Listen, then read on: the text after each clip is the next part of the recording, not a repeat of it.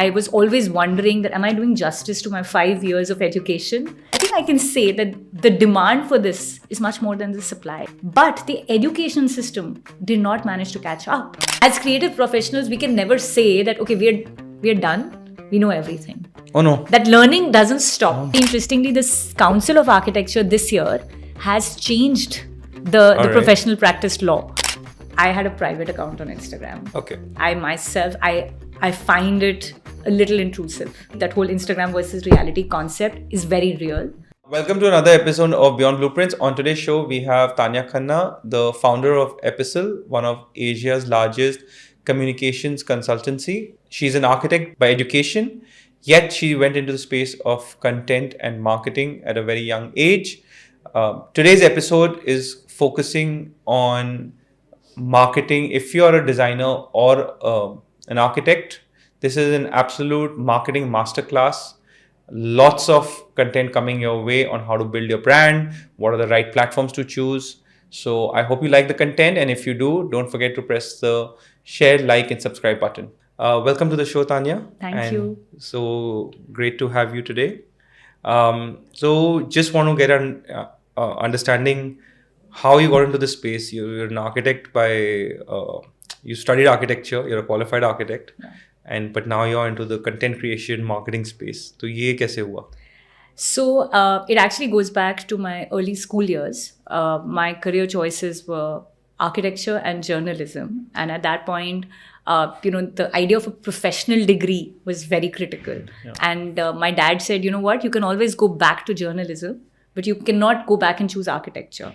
So why don't you, even though he initially did not want me to even practice architecture, but he said, okay, if this is your final two choices, you go ahead and pick architecture and see if writing and journalism you can take on later.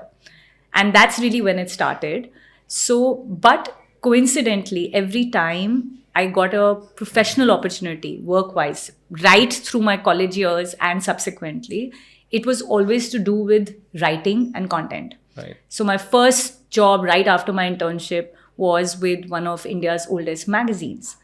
And then I was always wondering that am I doing justice to my 5 years of education? So I kept running away from this aspect and I kept looking for opportunities that would be mainstream architectural practice.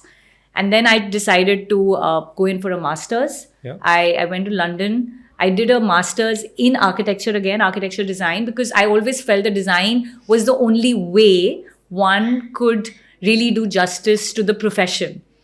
And it is at that point I realized that, which was just a complete shift in thinking, mindset, and the environment where I was, that practice is not just making buildings. Right. There is a whole other dimension of mainstream design and practice. And there are so many allied domains that actually are responsible for the success of a good practice. Right. And that shift in thinking made me start exploring other avenues. So when I worked there, my role was, I got a job with a leading firm.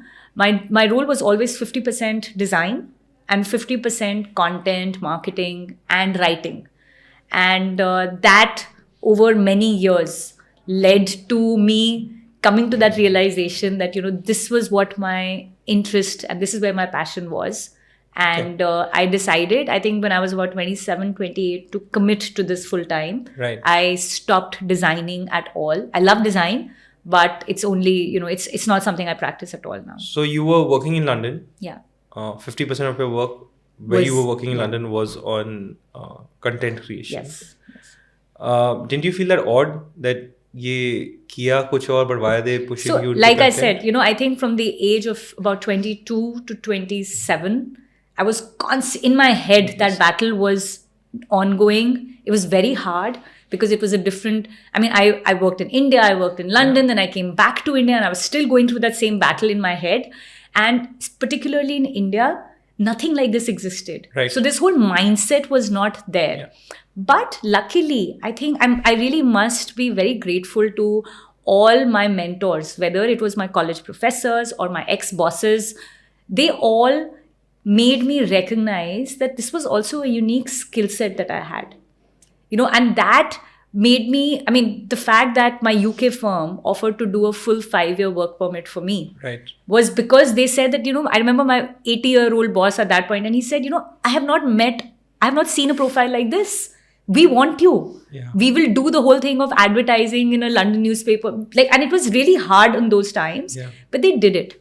Coming back to India, again, I was working for one of India's leading architectural practices, and I'm very grateful to my sort of mentors there, because every time I had this battle in my head that, am I doing the right thing? They made me see the opportunity in it. They also gave me a full free hand in terms of doing what I could do. It wasn't just writing articles. It could be making a movie. It could be doing an award entry. It could be creating a monograph. It could be creating project books. Yeah. It wasn't like I wasn't questioned. And I think that really gave me the confidence over a period of time that, okay, there is room for this. And at that point in my head, I think when I was about 27, that, okay, I can do this for one firm. I did not think it could scale up to where it is today. But the seed was sown. You started off on your own after you left this firm. Yeah. This is back in 2013? This is in 2011. 2011? Yeah. And now we're sitting in 2023. Yes. How has the landscape changed from when you started your business, and how the content creation side for the architectural and design space, how's that today, that industry? It has completely transformed. I am myself surprised, very pleasantly surprised actually, that, in India particularly, and moreover Southeast Asia, how this whole shift in thinking has happened. When I started, and I started thinking that I'll be a consultant, an independent freelance consultant, because I thought there's no room for this, right? Because people were like, how does this help us as designers? And the idea was only to be able to write and maybe put in some strategy in terms of how do you position a brand, etc. And I know for a fact that my first few clients, and until I think the first 5 years of Epistle, Right. there was this constant thing about, okay, why don't you show us what you can do? Yeah. And that was, we don't think a financial commitment will help. This is what we can pay, because marketing is not for architects and designers and for product brands. Traditionally, nobody in the industry has done it. But yes, what you're saying sort of makes sense. So they would all meet me with great interest. There would be great conversations. When it came to money, it was just like, okay, this is the budget that we have. And I would be like, okay, let me show it to you. So I think the first 5 years of Epistle were showing to people, literally behind the scene, demonstrating to them that, okay, there is something, this adds value to what you do. Today, 12 years later, the scene is completely different. From us being the first consultancy to do this, today there are many others. Yeah. That itself is a sign that this helps. Yeah. There is a need for it. Today, in fact, I think I can say that the demand for this is much more than the supply, which is really sad, because our education system has not managed, while the industry has caught up and the industry has managed to recognize that we all need it.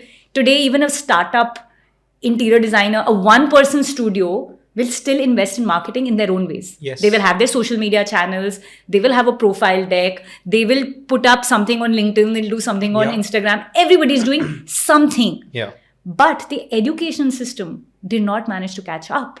And we are still not training our young architects and designers to work in content. Yeah. Why do you say the education system is not keeping up with what the today's requirement is? So initially, this option of, this system rather, this process of putting your content together and using it for your own marketing and communications was something that only some people were doing, right? Especially when I started. I knew that only very selected organizations would choose to do it. Isn't there a code that you, as an architect, you can't, like lawyers, yes, doctors, there is, and architects? But very interestingly, this Council of Architecture this year has changed the professional practice law. So they say that you can't solicit work, but you can use social media, etc., and other platforms to actually showcase your work. Okay. Which is, again, the doors have opened, right? Which was what earlier was ambiguous. Now there's full clarity today that everybody must do it. It is in fact prescribed by the Council of Architecture. So now when that happens, the fact is that everybody today is wanting to do it. But from an education perspective, the demand and supply issue has become, that gap has just widened. The need for it is for every firm to do it. But our young architects are not trained to look at this. Yeah. They're not trained to write. They're not trained to look at storytelling. They're not trained to look at design as a narrative. They're not, in fact, told and taught and trained, more importantly, to put down systems and processes to make marketing and communications an integral part of what they do. Right. And that is a much bigger challenge. It's not about us not having the talent. It is just that our talent is not being trained to do it. The thing that works for creative professionals, and I'll be sort of open-ended here. It could be fashion, it could be any art. The fact that you belong to the trade really helps. This is what helped Epistle as well. And if today our education system does not catch up and integrate these systems and processes into what we are training at the undergrad level, and then of course at the postgrad level, we don't talk about design as a business, we're going to fall behind. Yeah. Your team at Epistle, a large part of them working with you are qualified architects. Yes. And they've come into this field. And we've literally hunted them out.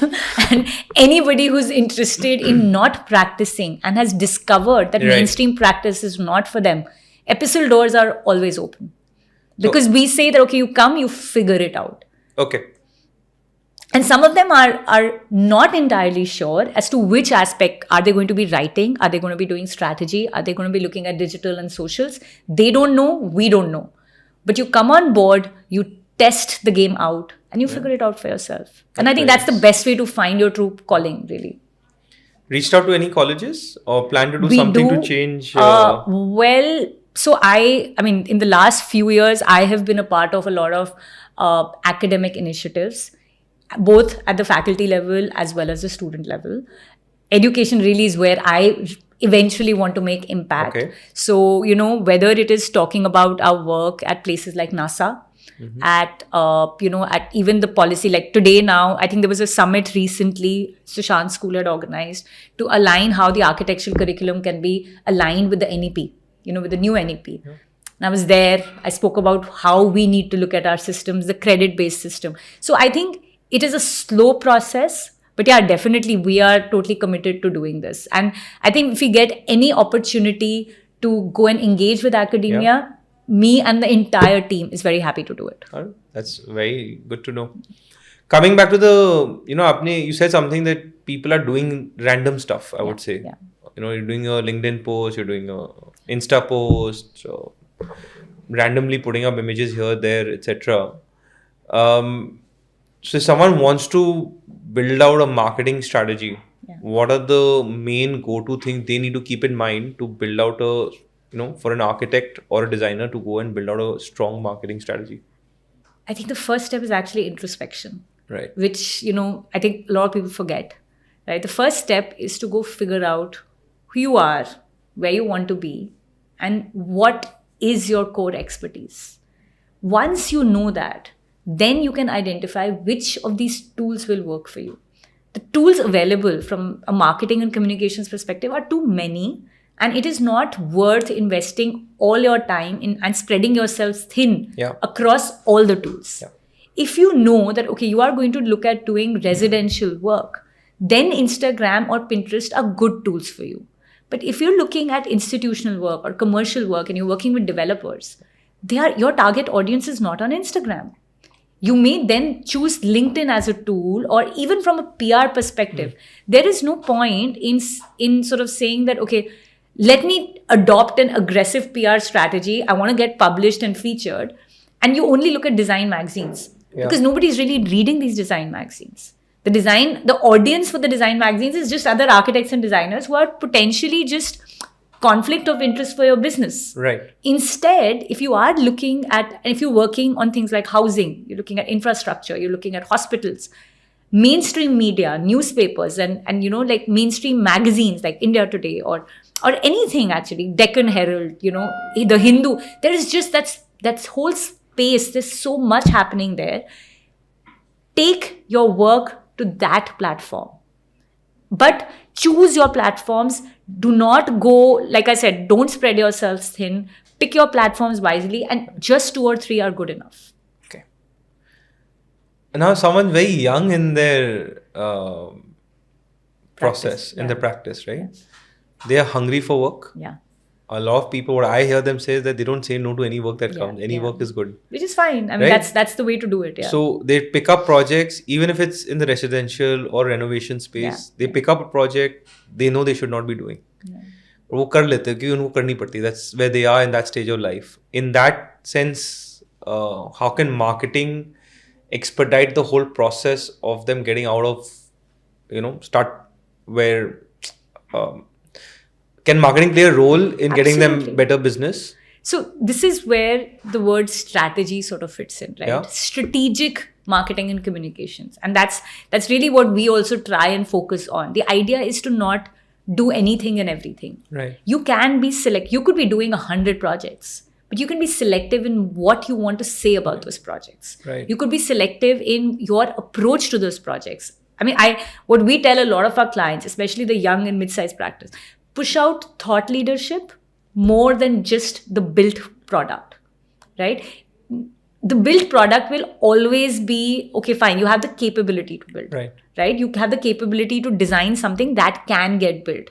There has to be a 50% focus on that and a 50% focus on how you are approaching design. And we have seen enough examples of that over time. Okay. We were working with this mid-size, small size practice who had never undertaken any documentation, marketing, nothing. They didn't even have a website. So we started with them on a very clean slate in the middle of COVID, when COVID had just started. And what we did was we said, okay, we are only going to create and curate your content. Okay. And we started with website. We said nothing goes beyond the website. So first you start with the website. And because they had only 2 or 3 projects they could photograph, we focused a lot on thought leadership pieces. They wrote articles, etc. Very interestingly, because it was COVID time and the media was talking about the home as the workplace, we gave a list of maybe 10 firms who were working in that space to a senior editor in Hindustan Times, and she picked out this firm amongst the many others, right, only because she read a blog on how to create a work at home space on their website. Wow, that's nice. Now, they got a double spread feature in Hindustan Times. It can't get bigger than that. People pay to get that sort of stuff. The other thing is, they started getting recognized for the real value add in terms of design thinking. And that, I think, is a much better use of your investment in resources from a marketing perspective. Even time, energy, bandwidth is a resource. So the fact that they wrote that piece and it got that many eyeballs is so much more valuable than doing an Instagram post, for example, right? So eventually it comes down to what you want and where you can add value. Coming back, you said that the first thing that you start off with is a website, right? Yeah. What should an architect's or a designer's website look like? What's the purpose of the website? What should it... So I'm going to say, something blasphemous maybe, but I think most architects and designers, and maybe a lot of creative professionals also, think of the website as a design project. Yeah. Right? They spend years. We've met so many people. हम 2 साल से design कर रहे हैं website को. Sorry to interject. I feel the people, and I used to feel like that websites are like mannequins. एकदम सजी धजी अच्छी लगनी चाहिए, right? Now, what happens is you are looking at it only visually. Whereas if you get into the technology side of it and the analytics and the data side of it, people don't spend more than 1.5 minutes on the homepage of a website. Now you make it a visual, either you make it that cool and cryptic and visually enticing that somebody's like, oh wow, I want to delve deeper and go to the next page or to another section. Or else, if your goal for your website is for it to drive business, are you putting your portfolio and your strengths and your capability out there. Right. All architects traditionally say, and I know people will kill me for saying this, but we don't like to write. We don't want to write. Please don't write a lot of words. But the fact is, along with your visuals, it is the words that will do the talking. If you don't talk about the X thousands of square foot that you have built or designed for, how do you expect a client to assume that you are credible enough to be able to carry on or execute a design project for them? That's there. Also, I feel website has to also connect with the target audience who you're going after. Precisely. But to think about the target audience is the first point, which nobody, we do everything. How does it matter? No, it matters. It's the fact that let's say you are saying that you're doing everything. Then please say that we work in the residential sector, we work in the commercial sector, we work in the hospitality sector, we work in the infrastructure sector. You need to literally spell it out because your audience is not informed or evolved. No. You need to feed them with the data that you want them to take away. And that is really the fundamental approach to designing a website. And the simpler it is, it's easier to consume content. And that's today, especially in a world where we are all overloaded with content, whether it's Google, whether it's websites, whether it's Instagram, even LinkedIn now. I mean, it's so exhausting. I find LinkedIn very exhausting. How can you put out 5 posts every day?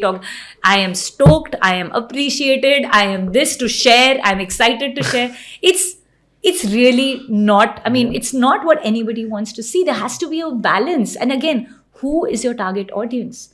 Instead of just putting down project images or instead of just sharing your wins, talk about the real side of your journey. And that really changes the game. Website, you got a gist of it, right? You spoke about LinkedIn. Yeah. Let's get a little specific on LinkedIn, right? What's LinkedIn great for? Yeah. What should be a strategy on LinkedIn? Yeah. And Okay. So again, if you look at the fundamental of LinkedIn, LinkedIn is a professional networking platform. Yes.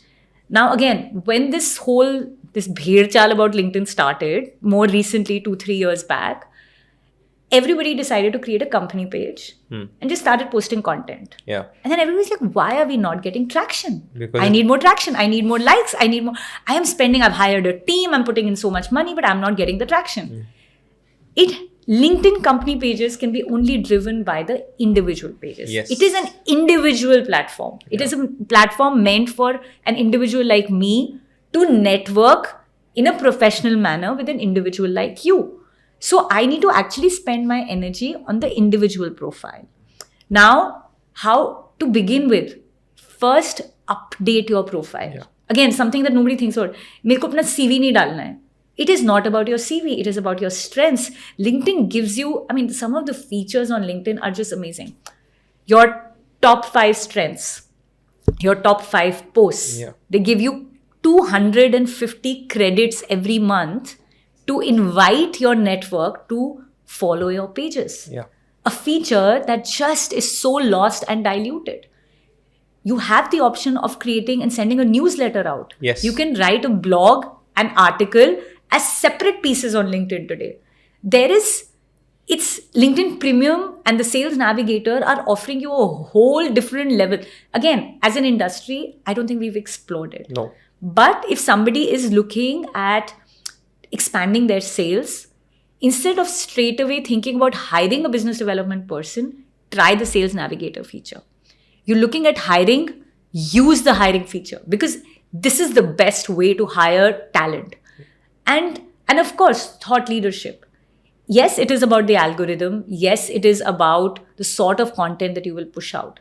But one has to find that balance of algorithm versus content versus frequency versus also standing out. Like I said, across platforms today, we are all overloaded with content.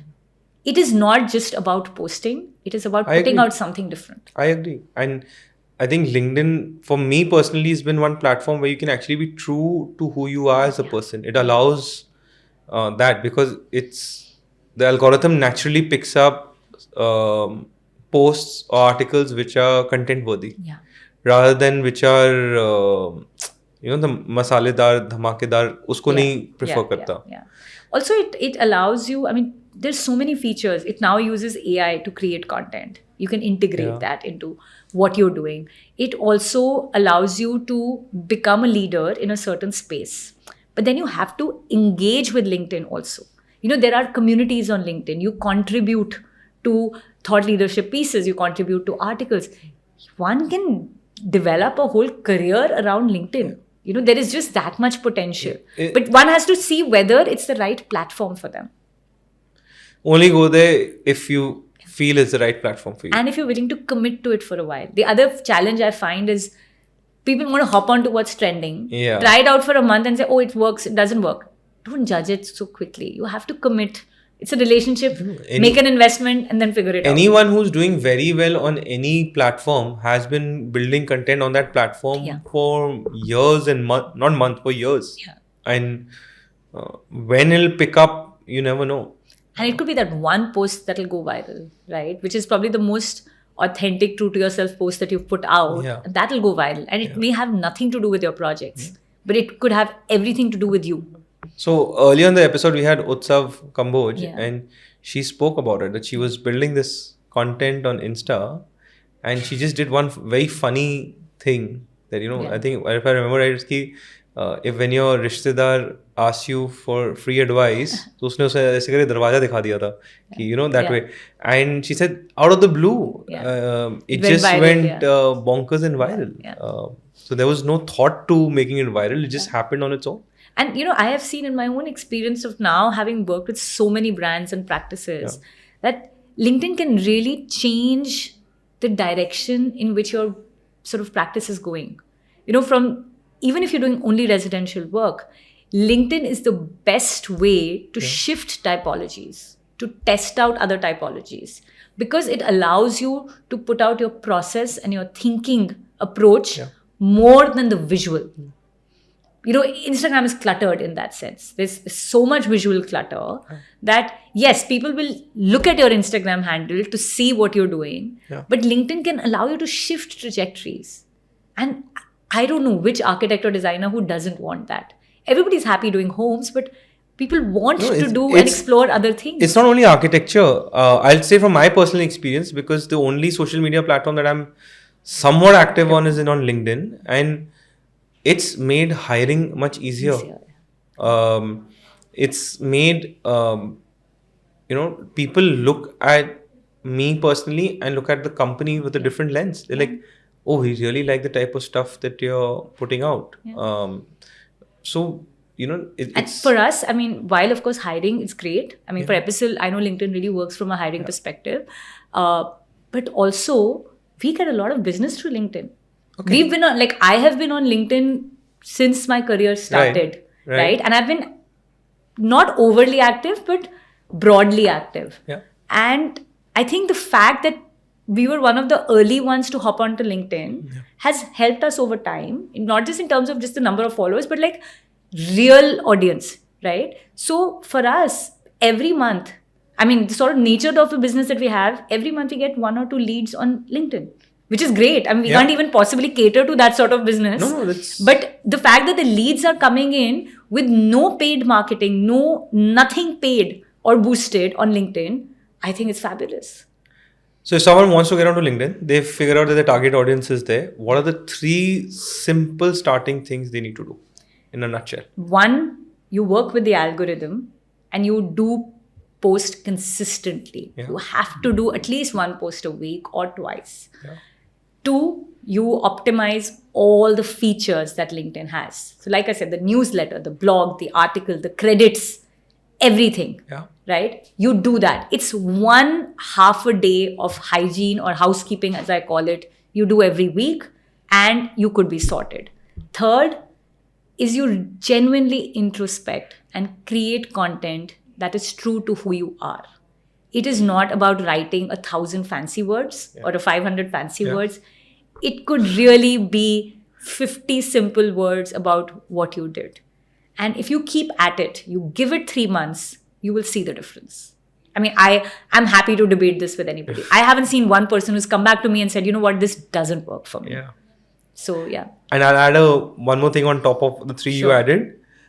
Figure out your homepage, figure out your personal page, put in as many details. Have your profiles updated. Profiles updated. I mean, that Yeah. of course is a given. Thank you. That was, I think, a really amazing deep dive into LinkedIn. So let's shift to the fun Sure. social media platform. Yeah. Instagram. Instagram, right? Yeah, of course. Just the devil in our lives. No, okay. So just to put it out there, I have an Instagram account, but I don't use it. Do you only use it to stalk people? No, not even that. So I only got on Instagram a year ago because my marketing team picked up my phone. So you're not on Instagram, so Yeah. they installed it on my phone. And okay, so I know what Instagram is. My Right. wife uses it. My friends extensively use it. But I'm just if I ask something Sure. little stupid, then No, don't take it. don't worry. I mean, for you and for everyone Yeah, else yeah. listening. But yeah, Instagram. So I'll be very honest. For the longest time, until about, I think, maybe COVID is when it changed for me. I had a private account on Instagram. Okay. I myself, I find it a little intrusive. I Yeah. find it a bit too much. Yeah. I, till date, struggle with Instagram and reality. That whole Instagram versus reality concept is very real. I am myself not entirely convinced as to how much should you put out there. Yeah. But yes, if it works for you, and if you are that person who's happy to put your life out there, please use it to your advantage because it really does work. So my shift in mindset only happened when Instagram started to get more popular. And I had a lot of clients who were like, but you have a private account and you're telling us that we should have a full Instagram account. Right. And I said, yeah, okay, that makes sense. I need to test this out for myself. Okay. So for me, it was a trial of a test. And there was no team that was going to do this for me. So because it was COVID time, everybody had the time. I started putting out a lot of my personal stuff, which was food and stuff that I do outside of work. Right. And then slowly, obviously, because COVID also meant that there was no sort of boundary between work and personal life, a lot of work stuff came on. Interestingly, the design fraternity really hopped onto Instagram because it's a visual platform, which is very, again, true to who we are as designers. And it opens up a whole, again, world of opportunities. Again, 2 or 3 things that one must remember. It's a visual platform. You do need great looking visuals. If you're going to go in for the play of words, even then, visually, it has to look interesting. Yeah. 2, Instagram is giving you the opportunity of the hashtags. Yeah. Right? If one is looking to build up their page, you can't shy away from the hashtags. So that's, again, one thing one must keep in mind. And a hashtag strategy is not just driven by what is trending. It is, again, driven by the audience that you are targeting. Who is the audience that you're targeting? What are the hashtags that they are following? And then your content is created accordingly. Third, Instagram is very driven by data and algorithms. While yes, good content is critical, there is no point in putting one post in a week and not keeping yourself abreast with the algorithm changes, because no matter what you do, you won't find traction. Yeah. It could be, I think 90% of the people I meet, they're like, we're just scared of Instagram. And I will write that perfect post. And what I keep telling them is the post doesn't need to be perfect. The very word Instagram means that it has to be instant. Yeah. By having a very you actually don't need agencies or, to create Instagram content for you. The premise of Instagram is that it needs to be instant. You're at site, you put a story. You finished a 3D, you put a post. You have, you're partying today, yes, put a story out because that's who you are. Don't show that you're drunk, but show that you're having a good time. And it's okay if your real side is the drunk side, please go ahead and post it. Like I realize, and it's really a realization that one has over a period of time. Like for example, I would not put up, and I know my family also doesn't agree with it, putting up my kids, for example, on Instagram, right? Yeah. But then I genuinely feel that there is a real side to me. My kids are I mean, they are a part of my life. Yeah. Why should my posts only be very curated and only about my work? So occasionally there is a kids post. If I feel there's an instant moment with my kids, I will put it out there. If you show yourself to be human and not picture perfect, because everyone knows you're not picture perfect, right? And if you look at it, like, our work is not visual at all. Yeah. We are in fact bound by NDAs and so many other contracts. We can't showcase our work at all, visually, text-wise, anything. Despite that, again, we get enough business through Instagram because it's thought leadership. Yeah. I just go off on a rant when I'm in the mood for Instagram. But yes, I of course keep it in mind. I mean, so many people ask me that, how do you manage to put out so much organic content? Well, I have set a reminder for myself that I will post 3 times a week because that's what the algorithm needs. What I will post, I don't know. Yeah. But in a good moment at 6:15 p.m., my reminder will pop up and say, do you want to post on Instagram? And I'll think about my day, and if there's something, I'll post. And sometimes I'll post in the mornings, and sometimes I'll post at 8 p.m. because that's the time I'm on the road. You have to be spontaneous. And then the platform really works for you. Yeah. No, so in a previous episode, we had Shivani Gupta from House of Lalitya. Yeah. And she said something very interesting that, लोग उसको कहते हैं कि, you do these dances on your projects with your team, etc. And do your clients take you seriously? And she said that it actually helps get the right client. Exactly. Because she's now getting clients that vibe with her energy. Yeah. Who like this stuff. So it gives her insight on their mindset. And it's already broken the first boundary, right? Yeah. It's already built a personal connect. Right. And I think that's really what is needed. In fact, even for designers, we tell a lot of designers that, okay, it's great to have a company page on Instagram, but remember, there has to be a personal connect. Unless you're a large corporate where it's a faceless company, right? Then it doesn't matter. But if you are the face for your brand, you need to have an active Instagram account. I actually differ with you. Even if you're a large company which is faceless, where a company is a company of people, encourage your team. Yeah, absolutely. So more than anything, while I mean, of course, people think I am the face of the brand only. We have a core leadership now.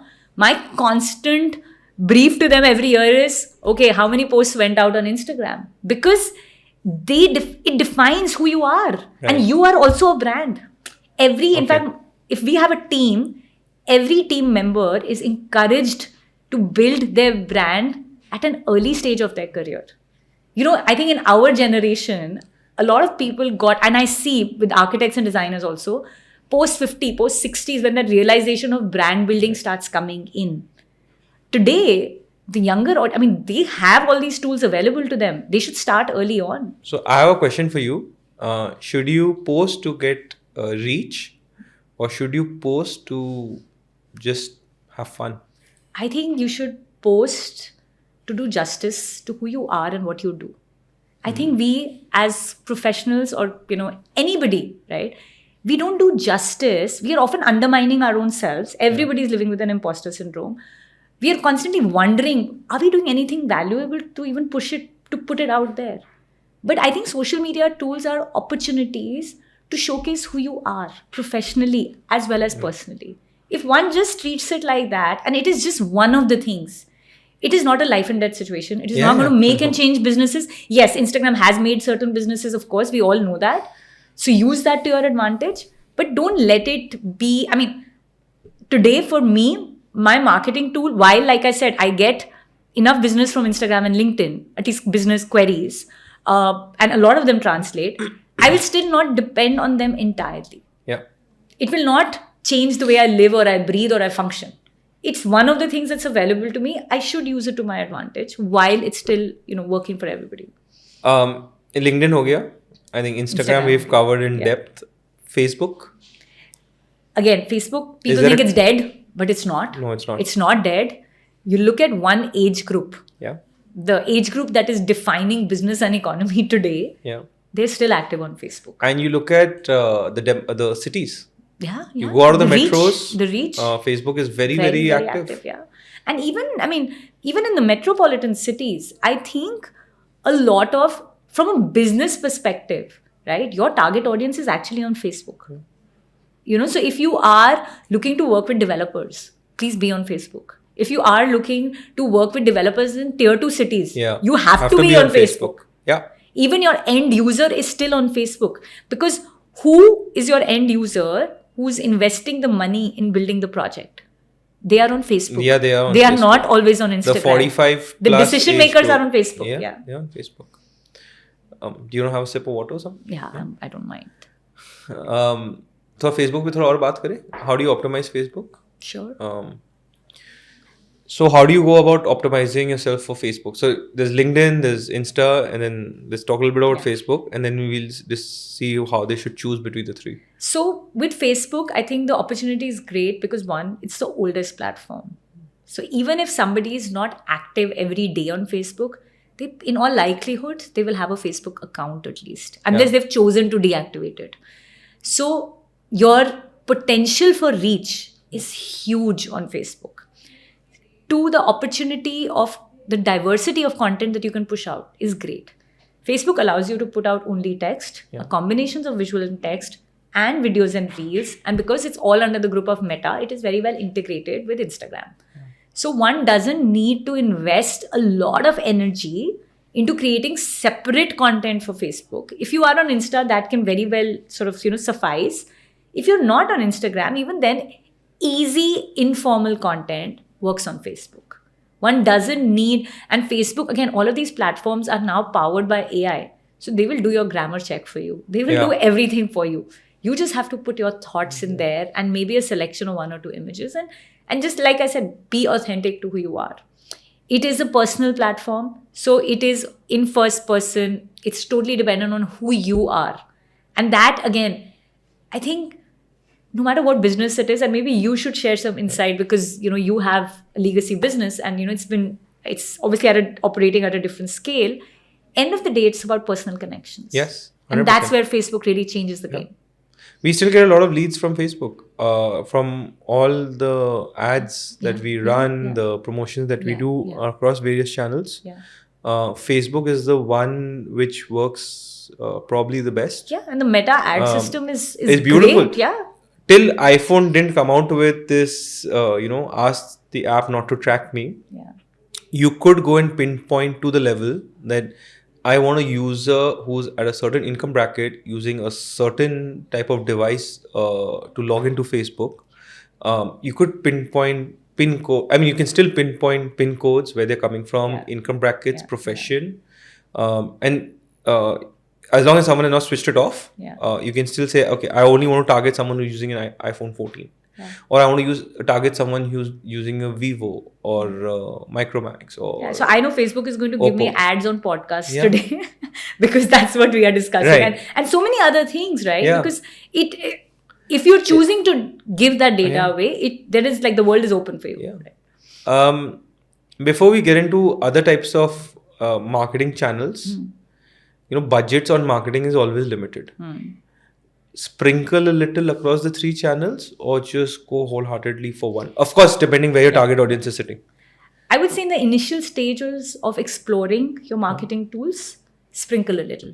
Okay. Test out everything. Okay. But then look at data, see where it's working for you most, and then invest accordingly and then go all out. So let's say someone sprinkled a little bit and figured out कि चलो एक platform अच्छा कर रहा है दूसरे से.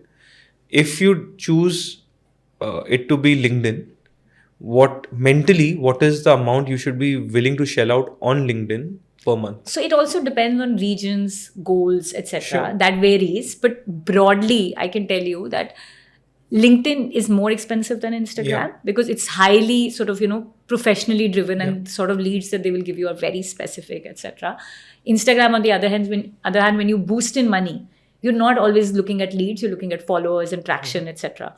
So LinkedIn, one should think about a minimum of 10,000 rupees a month if you're looking for paid marketing. On Instagram, you could very well gain slow momentum by putting in just 5,000 rupees a month. Just that much. Just slowly building presence. But if you are hungry and you sort of want to quickly and aggressively get work, then of course the more the better. I mean, jitna ghee, Anything else to be wary of once you choose to go on a platform? So one, you obviously pick the platform of your choice, and then you dive into it thinking about why you're doing this. Are you doing this only for thought leadership? Just to build a follower base or an audience to network with, build a community around your work, or are you looking for lead generation? The amount of energy and resources, and that includes money, you'll put in will depend on your end goal. Is it if you are looking to get leads, you'll have to put in more money. But if you're slowly just incrementally looking at building a community, then a small amount sustained over 6 months will make an impact. And here there's so much knowledge today about Instagram algorithms and LinkedIn algorithms. One can just do some deep dive into it and understand how and what the algorithms are also favoring. So for example, it's common knowledge that if you have put in money into ads on Instagram for a month, the minute you stop putting in money, your traction will go down. So instead of thinking, okay, I'm going to test it out by putting in 5,000 rupees this month, one has to ensure that you actually have a budget for 6 months. For 6 months, see how it has worked for you, and then take a decision that you want to do 5 or do you want to do 10 basis the results aligned with your goals.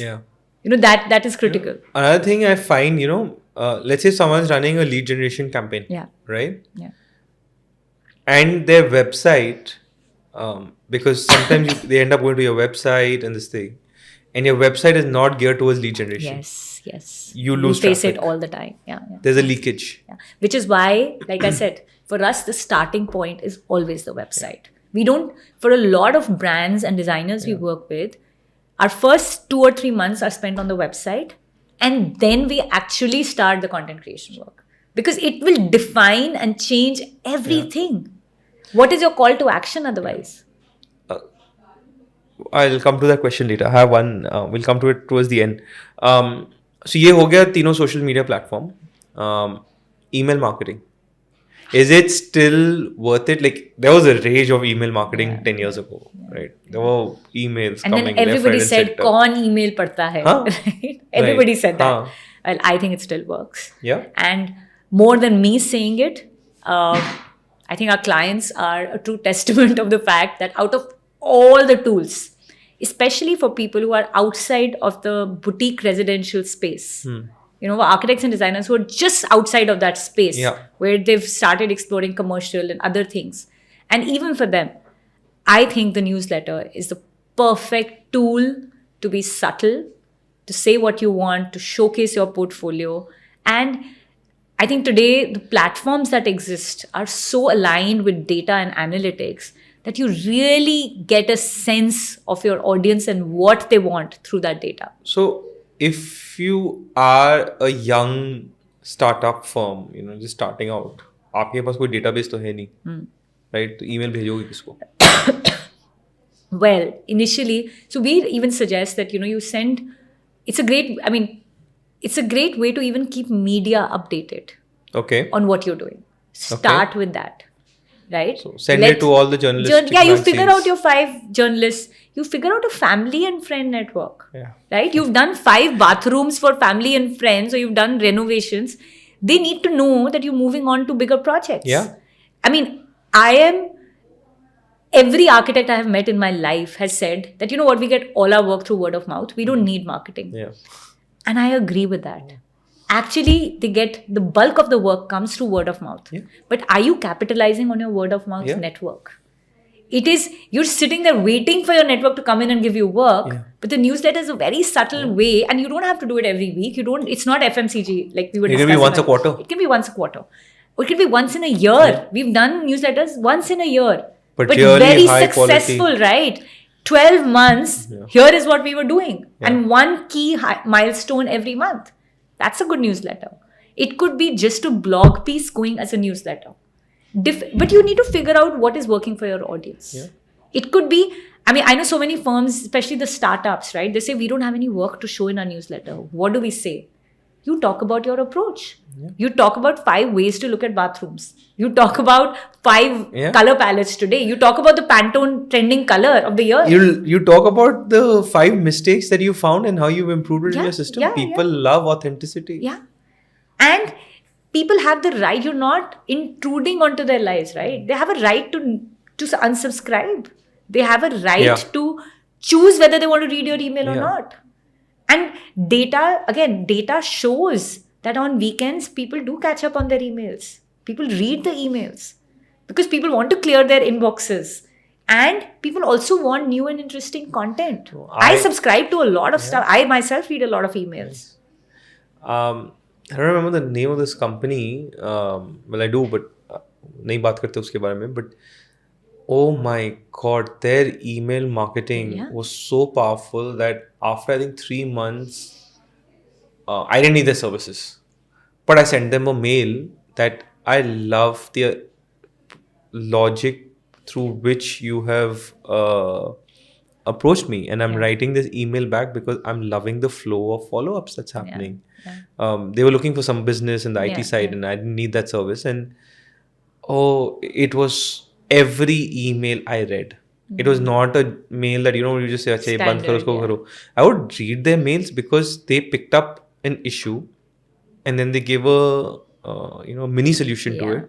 And I said, "Look, I can solve this problem for you. Let's get in touch." And the second follow-up, really works. And then second follow-up was, "Look, maybe you were busy and you missed it. So I just want to check that, I don't want you to miss out on this amazing content that we did for someone else." And aise karte they were building it out. And finally they said, "Look, we understand that you might be busy. You don't need our services right now. But we will keep reaching out to you once in a while to just keep checking in on you and what your needs are." And that's great. And the only thing I feel with email marketing is that, again, everybody wants to automate everything, which doesn't really work. Not always. That much automation will not work. So, for example, just sending these 3 follow-up emails as an automated process can do a lot of damage also, if not done well. If not done well. To the contrary, having a personal connect with those emailers, having a human look at it, check it, test it out, is something that will definitely add value. So even content, if it's too disconnected, will not work. Like you said, you liked the fact that they were personally reaching out with a solution-based approach. That's what changed the game. It was an automated mail. I'm sure it was, but the way it was written was making a personal connect. Okay, अब आपने decide कर लिया, hearing you, that मुझे ये करना है, ये नहीं करना, this thing. How do you organize yourself personally within your company to take out time to put resources behind this? Because execution is everything. And everybody doesn't. I think budgets are always limited for everybody, no matter what scale you are at, I think. So what we suggest to most people is, you go through the introspection, you figure out which are the tools that you'll adopt. While at that point, what is critical is to identify how much of it can you do in-house, right? Within the design teams itself, there are enough people, for example, who can work together to create a cohesive language for Instagram. There will be that one architect, like me, who loves to write, but is continuing to practice. Integrate them as a part of your content building team. Don't let content creation be an add-on after everything exercise. I think that's again a mistake that we all make as designers, that pehle sab kuch kar lenge, then end mein we will look at content creation. That end will never happen. एक project खत्म हुआ, दूसरा start हो जाएगा.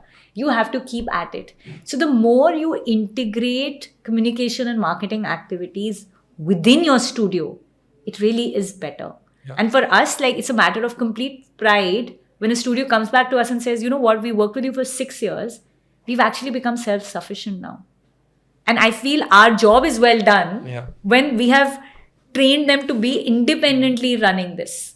You enable a system, one will be surprised to find the talent.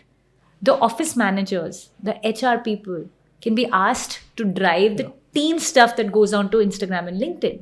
The design teams, the people who are working on the concepts, create the content for the concept stuff. The people who are going to site, create the story content. What do you really need? You need that 1 half day in a week for housekeeping. That's all really that one needs. And of course, if you're a founder-led firm and an individual-led firm, it's good to check in with yourself at least once a month to see whether all your communication activities are aligned. Yes. That matrix can only be defined by the vision, right? No, what's really bugging me, sorry to say, and I don't want to talk about this, is that budgets are always limited. Yeah. Budgets are always limited because we limit them, Yeah. right? And think of it this way: if we can price ourselves slightly better, Yeah. right? As an we'll- industry, we need to. Yeah, Yeah, absolutely.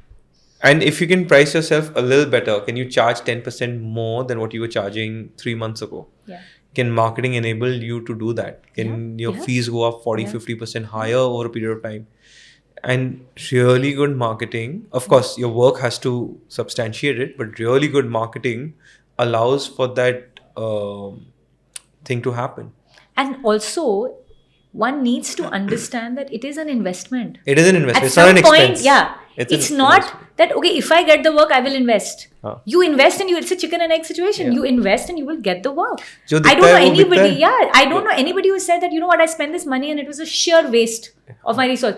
Of course, if you haven't picked the right person and the team and the agency, whatever is Wo working for hota you, hai. that can, but as long as your goals are defined Yeah. and you have invested in the right tools, there is no way that you will not get that ROI. Yeah. That And ROI is there. Absolutely. No, it's the same as you make a wrong hire. Yeah. You end up picking up a wrong project. You end up picking up a wrong client. You end up picking up a wrong marketing project. Yeah, that's it. It- Exactly. It's just or the same. a tool that hasn't worked for You know, you. But you have to not sort of the studio and its life, Yeah, right? yeah. Is not dependent on that one thing. No. It's one of the things that is just, and you know, this is not just valid for marketing. It's actually true for all the support functions that make a design practice or any company for that matter. I think architects and designers also shy. I mean, today it's marketing we are talking about, but I see in the industry that HR is the same issue today. Nobody wants to invest in HR, right? And nobody wants to invest in an HR manager. Forget, a process. HR क्या है जी? वो तो Excel sheet में numbers ही तो है. हमारे पास तो लोग आते हैं, इतनी एप्लीकेशंस आ रही हैं, लोग तो मिल जाएंगे. जितना टाइम आप ट्रायल एंड टेस्टिंग में करेंगे वेस्ट, उतने टाइम में if you actually have a focus concrete effort in HR, building the right team, attracting the right candidates who will stay long term with you, will make the commitment and bring in the right And value. You need to align, right? Your vision with your team's vision. No, it's not only that, Tanya. It's people say आज के जो generation है जो आ रही है ये वैसे नहीं है जैसे पहले थे, रहते नहीं है. Yeah. You're paying the I don't want to take names. I know there are firms that pay 12,000 rupees a month, 15,000. First of all, For a you're- 5-year graduate. Yeah. Yeah. First of all, you're below the minimum wage. Yeah. All right. So Yeah. please sort that out. Yeah. Don't be on the wrong side of law.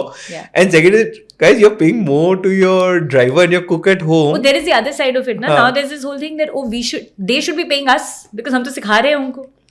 Right? कहाँ से आएंगे लोग इस industry में? I should not name the colleges, but colleges this year have not managed to attract the bare minimum number of students. Because as a profession, I think we've done so much injustice to who we are and what value we bring to life.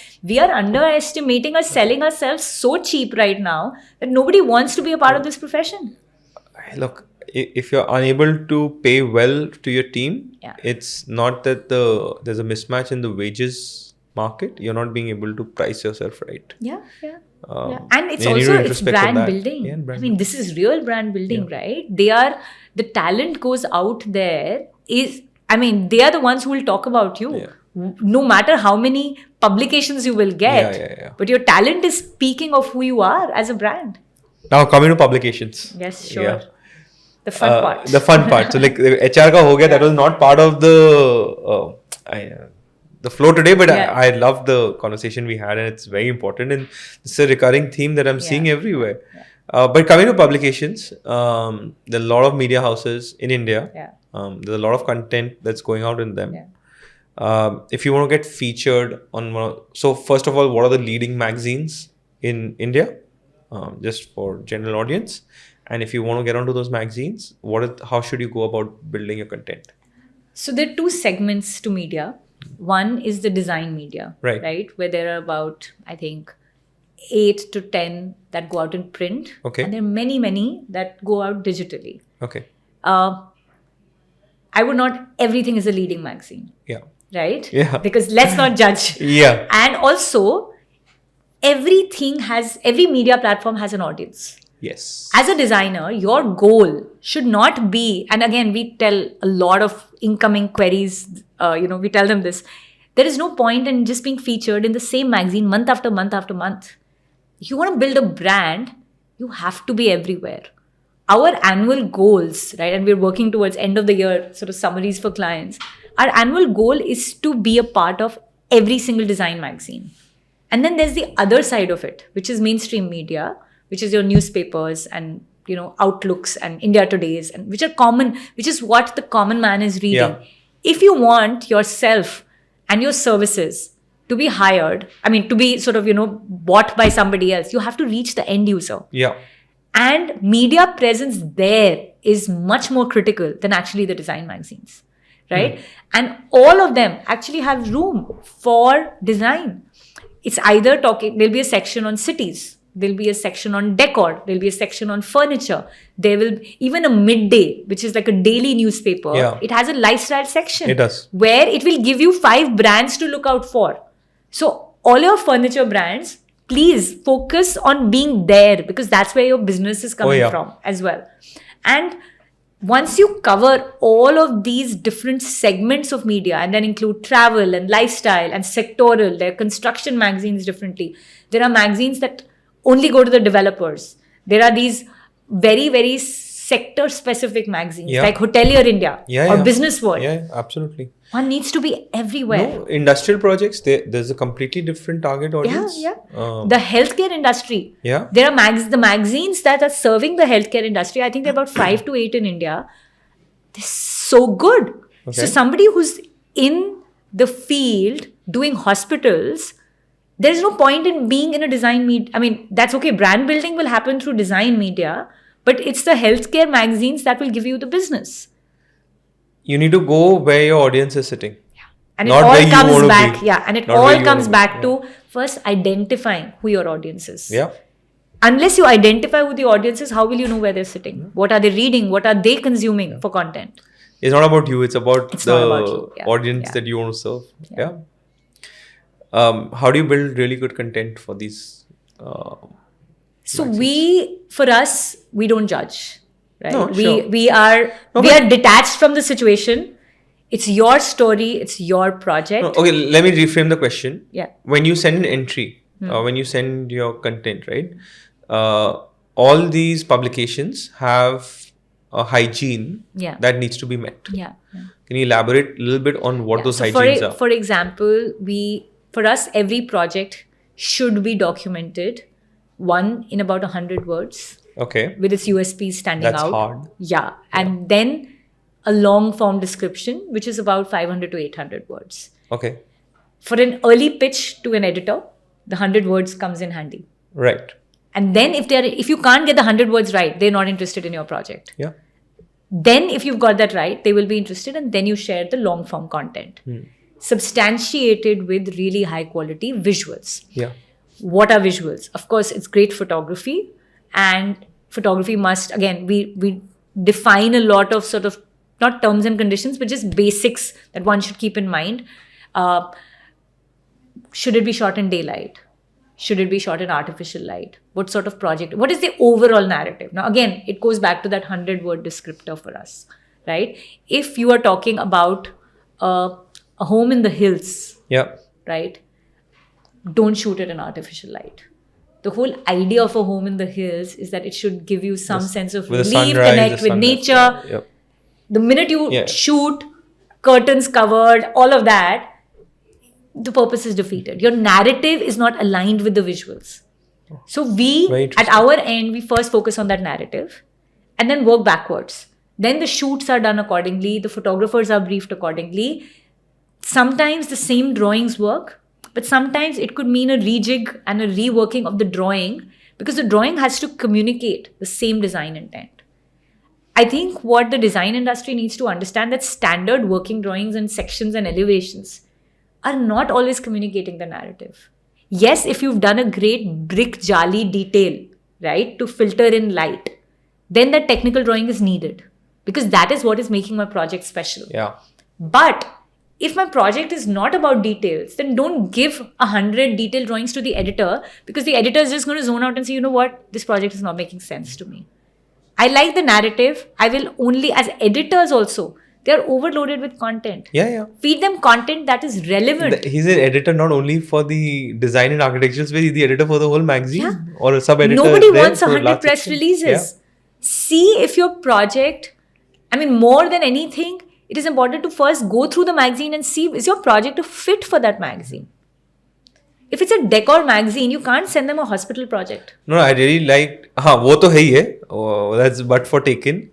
But you spoke about photography, getting the right quality of photographs, the right shooting done. इसमें भी लोग chilli चोरी करते हैं. हाँ, and adding scale to it. There is, you're talking about an institution. You're photographing a campus. There are no people.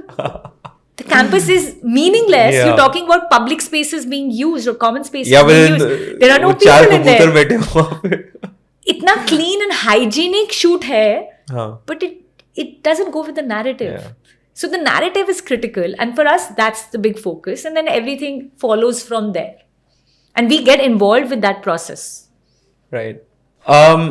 If you're a designer, you're looking at getting onto this. Okay, first of all, there's a lot of award shows that are happening, right? I think there are more than 200 events out of 365 days. Probably more, and every day is getting added. What should be a strategy? Should you try to get onto some of them? Should you avoid them? What's happening? Again, you pick, you do you, right? Yeah. You pick what works for you. Yeah. Awards, if your target audience wants the awards and are convinced with the credibility that an award adds to your portfolio, then yes, invest in the awards. Of course, paid awards do not work. I don't think they add value in the long run. I think people figure it out. Yeah, everybody knows it's a paid award. So there is no point in investing energy there. But institutional awards, organizational awards like a CII award or an IIA award, which is the Indian Institute of Architects or the Indian Institute of Interior Designers. Yeah. These are very credible awards. Even the Media House awards are credible awards. There are juries who invest time and energy. And it's such a great feedback loop that one should definitely invest some energy there with the right projects. I think as designers, again, I feel like introspection is so critical because you know whether this project is award worthy. Yeah. Should it even be entered for the award is the decision you need to take. Yeah. No agency can come and tell you that. You decide, and it's vice versa. There are studios who create that one very stellar and very sexy award-winning project. If that's a goal for you. You know, my dad was in jury, I think Construction Weekly ka award tha ya kiska tha. He was in jury and there was an entry from an architect. And there was some fabrication in the story. Yeah. Clearly, the jury caught on to it. Yeah. Right? And that is so damaging, right? Oh, very. And apparently the jury called up, like, I think you've made a mistake with this. And the guy stuck to his story. I don't want to get into the details of it. But the reason I brought it up was that you said, it's a two-way street. Yeah. It's not what you're putting. It's also that there are smart people sitting who are wetting. It's a feedback loop. Yeah. I mean, I know for a fact that most people who participate in awards only do it for that reason, actually. The fact that, one, this opportunity will allow me to think and put down my project in a manner that can be understood by the world out there is a learning for me. Even senior professionals, participate in awards with that goal that, okay, it'll allow me to think. I am saying that my project is sustainable, but the minute I have to do the award entry, I actually have to justify whether it is sustainable or not. And that, it's a great learning process. As creative professionals, we can never say that, okay, we are done. We know everything. Oh no. That learning doesn't stop. For us in our studio, it's very, this is very famous hashtag learning every day. You are learning every day. There's something new. So awards, again, are one such opportunity. Even events are exactly the same. You go out there, you meet people, you see, you're moving out of your bubble and silo, and you are seeing what the world is doing. It is a must. But then, yes, individually, everybody is different. How many events do you want to go for? There's some people who thrive on these events. They go for everything. Great. Somebody like me, I have to, while of course my work requires me to go for 200 of these events, but I know there are times when the personal side of me just needs me to hold back. How And I much take is that too step much? back. You define, like I said, you do you. You know, For me, 4 consecutive days of events is too much. too much. And then I will need a week of, like, I become antisocial No, after but- that. It's a detox Okay. that I need. If you're visible too much, Yeah. is that sometimes becomes negative for your brand? So what I think for creative professionals, what happens is you may be visible too much, but if it doesn't align with the work that you're putting out there, I mean, I know for a fact that people who are only visible at events Yeah. and their work is not visible, that will be damaged to your brand. Because your client also wants to know that you are doing the work, and not just the client, even brand building cannot only be driven by just being visible at an event. Yeah. There has to be, again, events are opportunities for networking, building thought leadership, sharing a discourse, getting to be a part of a dialogue, engaging with people. Simply just attending all events also doesn't work. Yeah. At some point, one needs to start participating in events, sharing your own thoughts, being recognized for who you are and what you do. Yeah. That should be the goal, whether it's awards or events. And that balance needs to be found. So there are 2 parts to it. For one, I'll tell you a story. A friend of mine in the hills, he's got a lot of land. So he wanted to get these villas made in his land. So he was looking at some architectural firms, and I said, okay, these are a couple of very good ones that he had. And he said, listen, I've heard थोड़ा सा अजीब चीज़ इसके बारे में, ऐसे क्या सुना है तू? So he said, yeah, these people are only concerned in the front end thing. Yeah. And they're Taking not there the for the project clients. through. Yeah. No, they're not there for the clients. Yeah. So again, that is brand building, right? And it is, like I said, it has to be meaningful engagement. Yeah. I think one needs to stop actually treating them. And as an industry, maybe this is a shift in mindset that we all need. It's not an event. It's not an Everybody event. has a social life. Yeah. No architects or designers are waiting to be brought somewhere and treated with good food and drinks. Everybody has access to it today. Yeah, everyone That has is not the reason why people are coming. People are coming to an event to engage with the design fraternity, to engage with learn. an outside audience, sometimes just the larger network of people as Yeah. well. And it has to be an opportunity to learn. Yeah. If that learning is not there, I think nobody is looking for a social life here. Now the minute you start treating it as an intelligent exercise, then you look at it differently and you figure out where you want to go and where you don't want to go. If you're a young designer, should you really go out of your way to attend these talks? To begin with, yes. Yeah. Because forget young designer. For however old I am, I love to be put in a room where I can hear people talk. Yeah. And there are enough opportunities through the year in India where some fabulous people are talking about their work, their ideology, their design ethos. If you get that as an opportunity, why wouldn't you do it? Yeah. And it doesn't matter whether you're a young or a seasoned professional. Well, you need to move outside your silo and bubble because we are living in a highly interconnected global world. There is no way you can thrive, especially in a creative profession, if you don't know what the others are doing. Yeah. Now you decide that you want to hire a marketing agency, right? You come to us. Yes, No, that's just kidding. No, just but on a serious note, a lot of people go wrong in hiring a marketing agency. I've been on that boat. ये रुपए ले लो, ये मेरा काम कर दो, and then 6 महीने बाद कुछ हो नहीं रहा है. What are the type of things that you need to work with your marketing agency with? Like, what do you want? I think that's a very, very good question. And I'm so glad there's a platform to actually talk about this. So I think most people think that hiring an agency will save them the trouble of doing the hard work. The agency is only going to support. Whether you hire a resource in-house or you hire an agency, the vision will still have to be laid out by you. That's the first thing. If you don't have a vision, there's no point in investing any amount of money because it will lead to nothing. Yeah. It may give you short-term gratification, but that's not really a long-term solution. It is very important to have a brief. Just like as an architect, if you get a design project without a brief, and the client is constantly changing their mind, and the client is constantly looking at newer ways of doing it. Yeah. Options dikhao. You are not a happy designer. The same thing applies to marketing and communications. Right. We do not even start a project until our client has not answered a questionnaire that we've given them. We don't want long, detailed write-ups. Right. We're happy to get on a call with you and understand your requirements.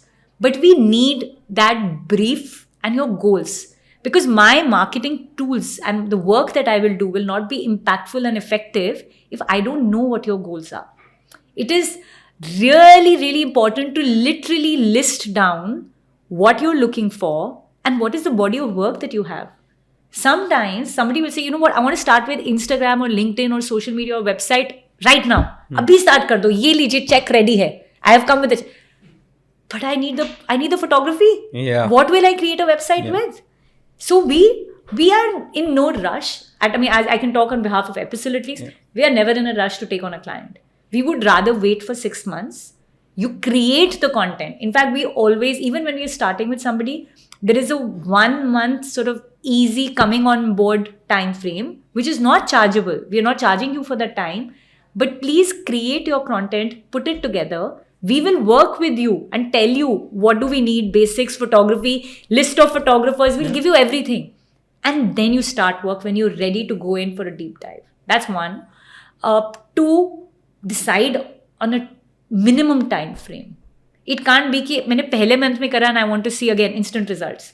Your first publication is not going to come out. How much time should someone invest with their agency getting on the alignment? I know agencies take the check, by the way. Yeah? There are hundreds of agencies there. If the moment you write a check, thousands of agencies, you write a check कि बस मेरा ये start कर दो, आज रुपया लेके कल start कर देंगे आपके लिए. Yeah, but Right. We don't agree with that. No, you may not agree with it, but that's what I'm saying. In general, that's what's happening. It's not only with the architectural space. Yeah, This because is they're with any marketing Yeah, agency I know. in the industry. Yeah. That doesn't work. You need to invest one. Ideal period is minimum a year to really see results. But minimum is 6 months. So we say minimum 6 months because even if you start rolling out content, you start seeing traction, engagement, prints, publications, etc. only in the 3rd month. And it takes 3 months to even understand each other. Sometimes it takes 6 months to understand each other, the tone of voice. Yeah, exactly. It's a courtship. Exactly. My marketing coach had once told me that, शादी के लिए, बारातीस के लिए तुम इतने level पे चले जाओगे कि वो कहाँ से एंटर करे, उसके कौन सी पानी की बोतल मिलनी चाहिए, वो कहाँ प्लेस होना चाहिए, खाना कहाँ मिलना चाहिए. He said, and that's an expense. You're never going to get a return on it. Yeah. And for your customers, for your people who are in your ecosystem, do you go to that depth of planning, of putting things together? So, very interesting what you said, because I totally agree with it. When we work with our clients, one deliverable, people say collaterals हमें बता दीजिए कैसे करने हैं, right? Brochures, catalogs, digital catalogs, e-catalogs, whatever, newsletter, printed stuff. I think the one collateral that nobody looks at is their own meeting rooms, office spaces, conference rooms, reception areas. So we actually tell, when you finish the 6 months with us, we tell you how to re-look at it. Yeah. There is no point in having 100 publications. But the person walking into your office space does not know of those publications. Yeah. It's your client, your potential client has come to your office for the first time. No. Do you have a stack of publications lying there? And it has to be designed. Sorry, I'm jumping in on this. You have to ensure that when the client is there, वो 5 minute उसको wait वहाँ कराया जाए so that he sees it. Yes. Yeah. And there are so many other subtle ways in which you can do this. Yeah. So for us, we're trying to look at that entire ecosystem. And I would suggest if anybody is looking to invest in marketing, look at the entire ecosystem. Take an informed decision that, okay, I'm not going to do this. I'm only going to look at these 3 tools. But at least make that informed decision. Look at the ecosystem and see what all one can do. What all are you choosing not to do? Because you will invest energy in the right place at the right time. And that is really, really the essence of everything. If you don't know who you are and where you want to be and what your tools are going to be, it all falls flat. And we've all seen enough examples. I mean, we've also seen our work. We can't do justice sometimes because we don't have visual content. Or for that matter, like I was saying earlier, if as a brand you think you've hired an agency, but you have no time to meet them, Oh yeah, it don't won't hire. work. Don't It hire. won't work, right? If you want me to be engaged with you every month and stay connected, you will also have to put in the time Yeah. and effort. That is true. That is true. You have to, and I think the shift has started happening. I see it. A lot of people are talking about not only architectural Yeah, and the design across field, the board, yeah. across all industries. People have started understanding the value of Yeah. marketing and where marketing is going. Marketing is not ads. Yeah. Yeah. Marketing ads is a very small subset component, of absolutely. marketing, but marketing is far more than ads. I think, Also, I would like to add, I think one more thing now that we're talking. Uh. I think specialized content oh yeah, also is very undervalued, at least in our country, I think. I think that it is, of course, no offense to all the marketing experts. I'm not a trained marketer, right? My education is not marketing. But the fact that you bring in subject expertise, right? It really changes the Yeah, game. domain Whether you're in knowledge. medicine, you're Yeah. in law, you're in whatever. Domain specific marketing Yeah. is what one needs to look at because it will be driven by content. To look at marketing as a standard deliverable is not going to add value in the long run. It may, like I said, it may give you short term gratification, but in the long run, it won't do no, it's not. If you're an architect and one of your specialization is, let's say, lighting solutions, Yeah. right? Double down on it. Yeah. Because there is, with the way scale is happening, with the architecture is happening in India, urban planning is happening, lighting ho, sound ho, there's so many different So aspects. many things, landscape Yeah, ho, kuch bhi ho. kuch It bhi is, but that domain specific Even in expertise. sustainability. Yeah, exactly. Yeah. Exactly. And then you're right, absolutely right on And that. you also find what is it that is your area of expertise. Everybody does not need to follow the sustainability game. Everybody does not need to follow the landscape game or the interior decor game. You figure, I mean, like I said, you do you. What comes naturally to you? Yeah, whatever that's is who you are. That's the secret. Yeah, that's the secret. That's the secret. Wonderful. Wonderful. Okay, before we end the shoot today, if had you not gotten into this side, the content creation side, what would Tanya Khanna have been doing? I actually have no idea. Yeah. You know, there are times when I think that, oh, is it all worth it? And should I stop? And when somebody will say, oh, will you sell this company out and do something else? I don't know what else Yeah. I'll do. I'm very fortunate to have found something I love. Yeah. And it really does give me a lot of joy, more than I think anybody outside of me will ever understand. I don't think I could do anything else. Yeah. But yeah, I think if that situation did happen, I would probably be doing something to do with food and content. So I think cooking is a big sort of, again, it gives me the same amount of joy. Is there a lot of cooking content on your Insta channel? A fair amount, Yeah. but as I'm turning older and an episode has become bigger and I have got busier with events, So cooking is- cooking has sort of taken Yeah. a backseat. But for me, the most stressful days for me are always followed up by a whole sort of outburst of cooking, and which is very good for family and friends. Yeah. So I think I would be doing that. And I should tell you very interestingly, when I left my job, right, and I was starting out Epistle, and I was figuring out the whole branding, and I did everything myself, from the logo to the website, etc., and every word that was written. I actually had a cooking blog that I started. Oh, really? Yeah. So I think that for me was the culmination of what I really wanted to do with my life, I guess. You know, the act of cooking, documenting the act of cooking, and then writing about it. And then, putting it out there. And it was a very sort of, I don't think the blog was pushed out because the goal was not to market it, but that's what I did.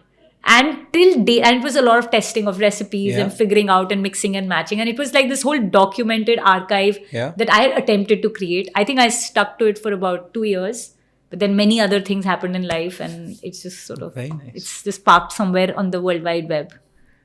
So yeah, that's probably what I would do. Give back us the to. link. We'll make it part of the. Yeah, if I you think want my to. team knows, but I've decided. We'll add it in the description. Yeah, because like I said, it was like a journal at that point. Yeah. So there was a lot of personal sort of, it was pre-Instagram times. So it was like my little Instagram. Oh, lovely. Yeah. And look, you're very passionate.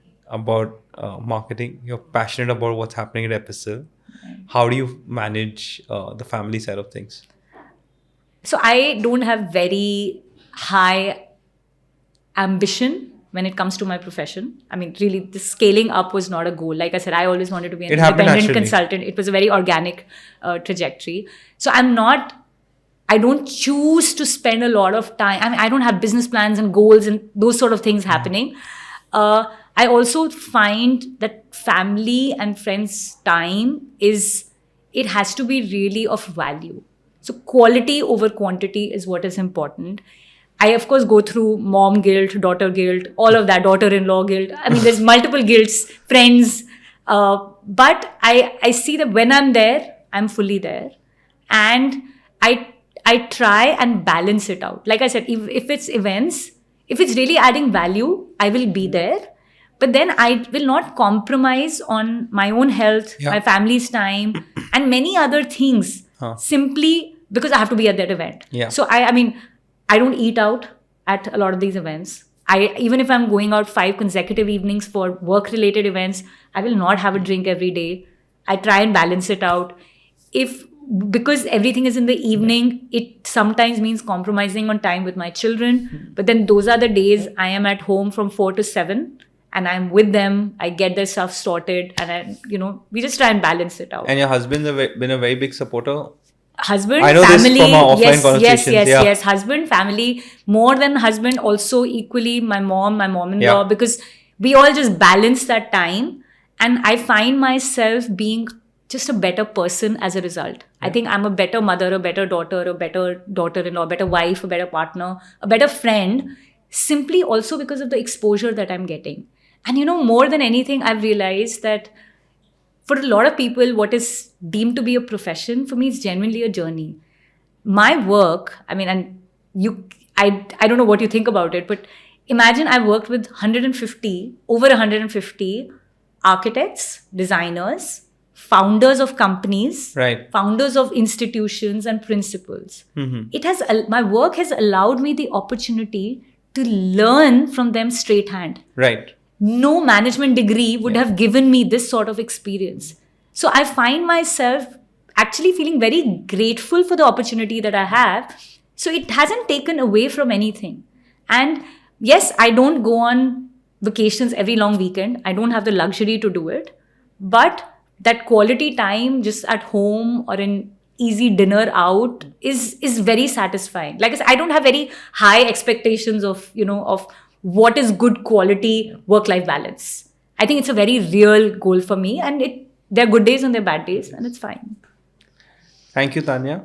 Thank you. Thank you for having me. No, thank you for coming on and being so candid. I think the content that you've given out today, they're gems, and I really hope the audience likes it. Yeah, thank you very much. I think I'm really also equally excited to see the shape that this podcast has taken and where it is going and where it will go. I think we're all excited to see that. Yeah. We just go with the flow. Yeah. Thank you so much. Yeah, it was a lot of fun. Yeah. Thank you. Yeah. Thank you.